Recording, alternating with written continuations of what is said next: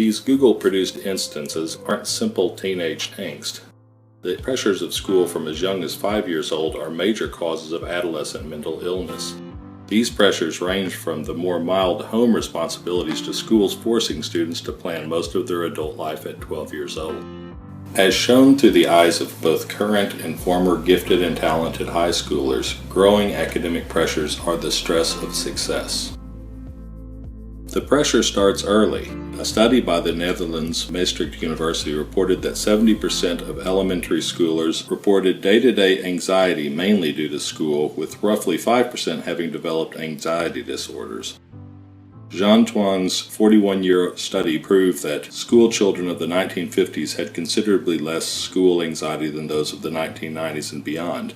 The pressures of school are becoming more and more difficult to handle, and today's adults can easily become detached from the very real dangers that teens face. Adolescents build their most important relationships in high school, and even more importance is placed on planning the rest of one's life, college, jobs, and so on. Such pressures have innumerable adverse effects. Lack of sleep is a major one. The majority of teenagers average 7 or less hours of sleep, as reported by the University of California at Berkeley. However, the Sleep Foundation reports that teenagers need 9 to 10 hours of sleep. And as we know, the less sleep you get, the more difficult it is to deal with school. Over the past few years, I've suffered from various forms of insomnia. In 7th grade, it got so bad my parents had to talk to my counselor. On some school nights, it took me 6 hours just to fall asleep. I grew more frustrated every hour until I began to cry, keeping me awake longer. I often had to rely on my good friend Benadryl to get a decent amount of sleep. Adolescents and teenagers wake up and fall asleep later than young children and adults. But instead of middle and high school starting later than elementary, it begins earlier. I've adjusted to this abrupt change, mostly. Still, the early morning rise is quite the nasty wake-up call in middle school. This lack of sleep combined with school's pressures creates more issues. A survey by the American Psychological Association found that 45% of all teens said they were stressed by school pressures. Suicide is the second leading cause of death in youth, and 28 teenagers a week now die by suicide, according to the National Alliance of Mental Illness. Most of the adolescents who commit suicide suffer from depression and anxiety, and school definitely factors into these mental health issues. Depression is a debilitating mental illness which fatigues both a person's mind and body. Lack of sleep and concentration make many students unable to work in school. According to the National Institute of Mental Health, school makes depressed students feel overly exhausted. To those students, additional work outside of school seems impossible. I've had symptoms of depression and anxiety for years, and it only became clear when my sophomore year began. School pressures led to suicidal thoughts, and every day it felt like I was suffocating. I was lucky enough to get medication and psychiatric help, but the stigma of taking meds I need to function hurts even now. During winter break, my anxiety had dissipated enough that I could use just 5 milligrams of Lexapro, an antidepressant/anti-anxiety pill used largely for adolescents. But the return to school brought back the mental strain. I had to quadruple the Lexapro dose to maintain my earlier stability, and I began keeping Vistaril, an as-needed anxiety medication, on hand for in-school panic attacks. Dealing with anxiety is also difficult. For people with anxiety, stressful school situations can cause panic attacks, causing them to miss school altogether. According to the American Psychological Association, other side effects include suicidal thoughts, stomach pain, and headaches.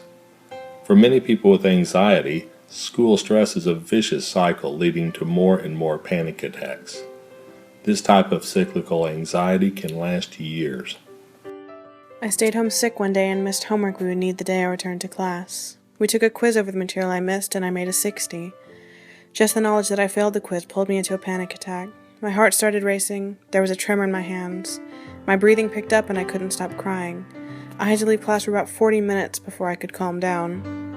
And the quiz by itself had no effect on my grade, but seeing something lower than an 80 made me panic. It still burned into my head that anything less than perfect, no matter how trivial, will jeopardize my grades and my future.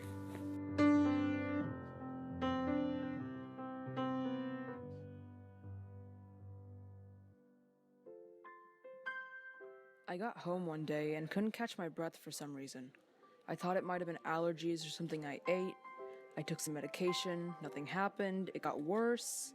It felt like my rib cage was being constricted. I took deep breaths, but it just got worse and worse.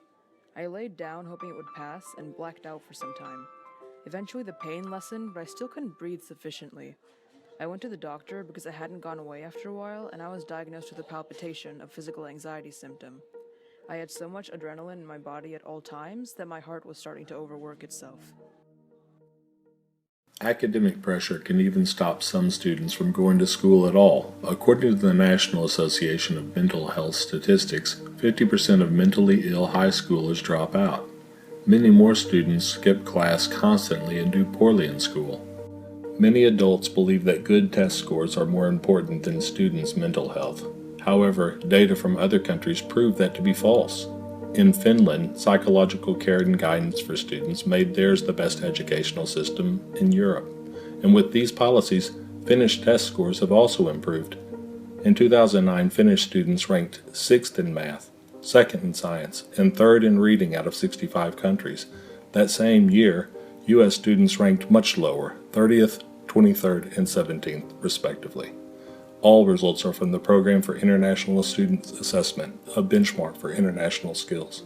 These statistics and anecdotes have shown us that the mental health of students can be improved.